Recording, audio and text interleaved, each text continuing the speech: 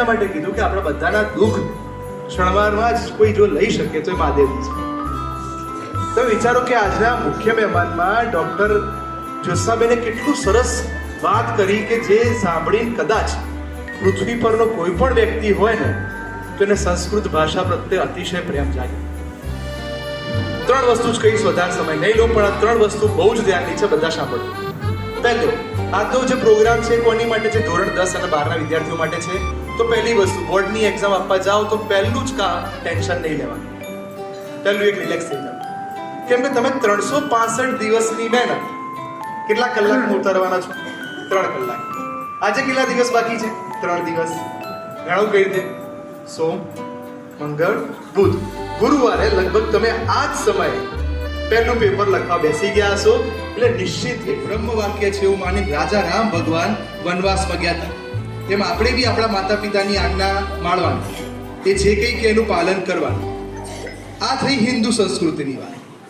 Number 2, સમજો કોઈ બી school જ્યારે ધર્મ નિરપેક્ષ હોય ને, એ જે સ્કૂલની સૌથી મોટી મહાનતા છે.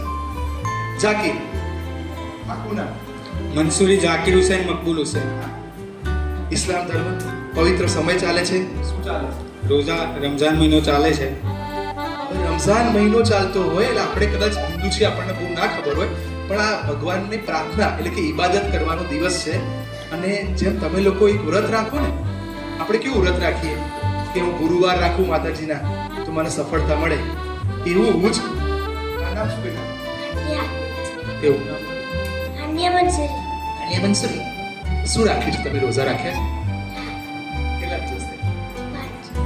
વિચારો કે આટલી નાની દીકરી પણ રોઝા સૌથી અઘરી વસ્તુ છો, જેમાં આપણે કદાચ છૂટ પણ નીચે ન ઉતારી શકીએ એટલી અઘરી પરિશ્રમ ઉપવાસ જ છે. પણ હા બોલ ને, તને બોલવા આટલી અઘરી વસ્તુ પણ કરી શકે હે ને? તો એકવાર આ નાની દીકરી માટે જોરદાર તાળીઓ પાડી દો.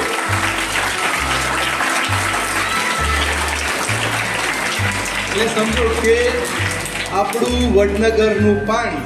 મિત્રો, મારો સ્ટાફ પરિવાર, વાલા બાળકો,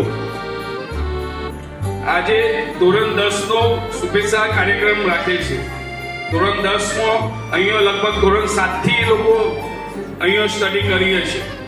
ધોરણ 10 પછી ધોરણ 11 અને 12 પણ આ સ્કૂલમાં જ અમારે આર્ટ્સ અને કોમર્સ ચાલે છે. તો હું તમને વિદાય લેવાનું તો નહીં કહું, કારણ કે અહીંયા જ પણ 11-12 ચાલે છે. જો